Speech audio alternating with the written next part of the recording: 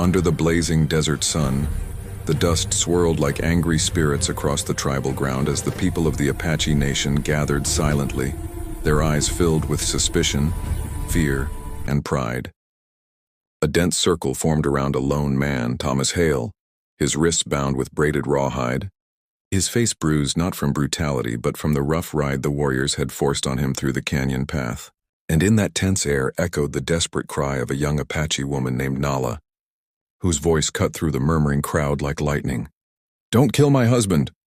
But the tribal elders stood unmoving, their expressions carved with the solemn weight of tradition, honor, and justice, for Thomas was not one of them.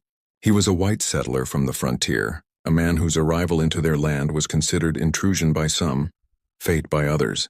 The tribe watched, whispering tales of what this meant. Because Nala, daughter of a respected warrior, had wed this outsider in secret moons ago, against their customs, and though their love was pure, their union was a flame caught between stiff winds of cultural pride and old wounds. And now they had returned, not by choice but by necessity, seeking sanctuary after a group of renegade bandits had razed Thomas's homestead, forcing them into the arms of the only family Nala knew. But the tribe did not welcome strangers lightly, and the chief, Old Bear, with eyes ancient as canyon stone, spoke softly, yet his words roared in the hearts of his people.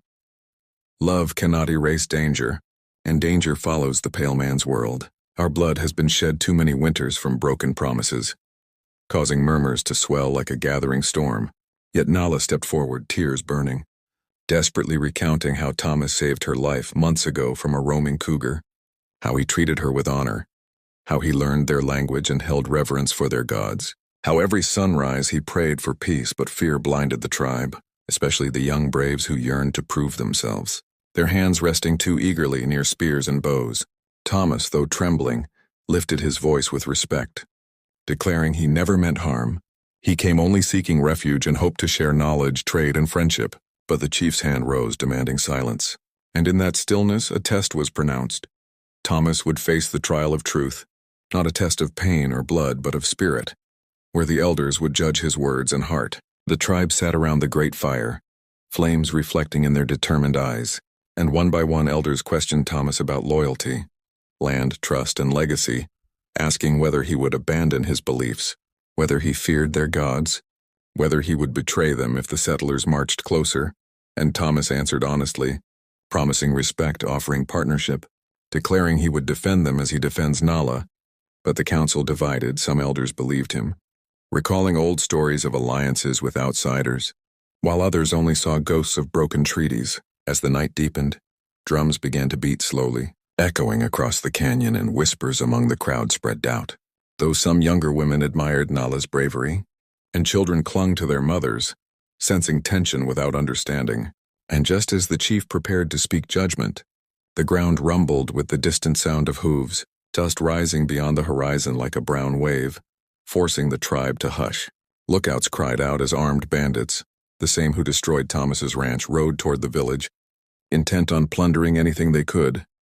And suddenly all debates became irrelevant because danger was upon them. Arrows flew into the sky. War cries split the air. But in this chaos, Thomas shouted to the guards about a hidden ravine that could funnel the raiders, a strategy he knew from scouting the land.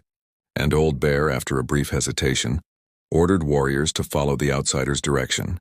A gamble made in seconds, and Thomas requested to be unbound so he could fight, something the chief permitted only after seeing Nala's eyes blaze with trust. The battle that followed was fierce but swift, with the ravine forcing the raiders into tight ground where Apache warriors swiftly surrounded them, capturing the survivors and sending the rest fleeing.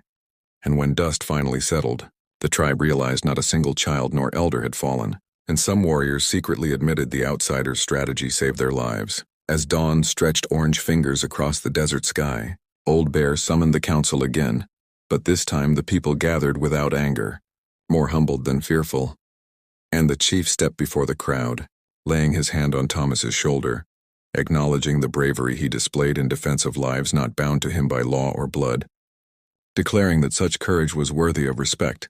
And though tradition was sacred, so too was gratitude. So in front of the entire tribe, he announced Thomas would be permitted to remain as Nala's husband, though watched carefully to ensure peace. And the crowd exhaled relief as Nala rushed into Thomas's arms, tears of joy soaking his shoulder, while warriors nodded with newfound respect. With this acceptance came conditions. They must contribute to the tribe, take part in duties, share knowledge, and uphold unity, and Thomas agreed wholeheartedly, ready to learn crafting, hunting, and the songs of the elders, and so weeks passed peacefully, with Thomas earning trust by teaching woodworking techniques, improving storage huts against rain, and handsomely carving totems that honored Apache symbols. Nala too thrived in this acceptance, helping elders with herbal medicine, chanting songs of protection each evening, and their shared story began whispering through the campfires as a legend of love defying fear. Yet beneath tranquility, rumors drifted of settlers preparing to expand deeper into Apache territory, causing unease and council meetings filled with debate. But now Thomas served as bridge between worlds, advising ways to negotiate, suggesting messages of peace to avoid harmful conflict. And Old Bear listened, hoping their valley might escape wars others suffered. As moons turned, the tribe saw Thomas's loyalty remained unwavering, and though some braves still guarded suspicions, they could not deny his devotion to Nala and their ways, and gradually the children adored him. Elders consulted him, and visiting tribes whispered curiosity. But hidden within this peace lay a powerful reminder woven into every tribal story. Fear divides, understanding binds. Love rarely arrives in forms tradition expects, and sometimes the strongest families are those forged by risk, courage, and mutual respect. As Thomas and Nala stood one evening atop a ridge, watching the sun melt diamonds across the desert sand, Thomas whispered a promise to defend these lands, honor their customs, and raise children who would walk in both worlds, and Nala smiled, knowing fate had led them through fire to find a place of belonging.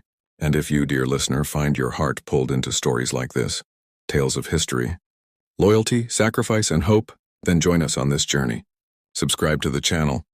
Support the stories that connect cultures and inspire courage, because together we give power to voices history tried to silence. And every time you subscribe, you stand beside Thomas and Nala, choosing understanding over fear, unity over rage, love over division. And by joining this tribe of storytellers, you ensure their legacy burns as brightly as the desert fires under the endless, star-blessed sky.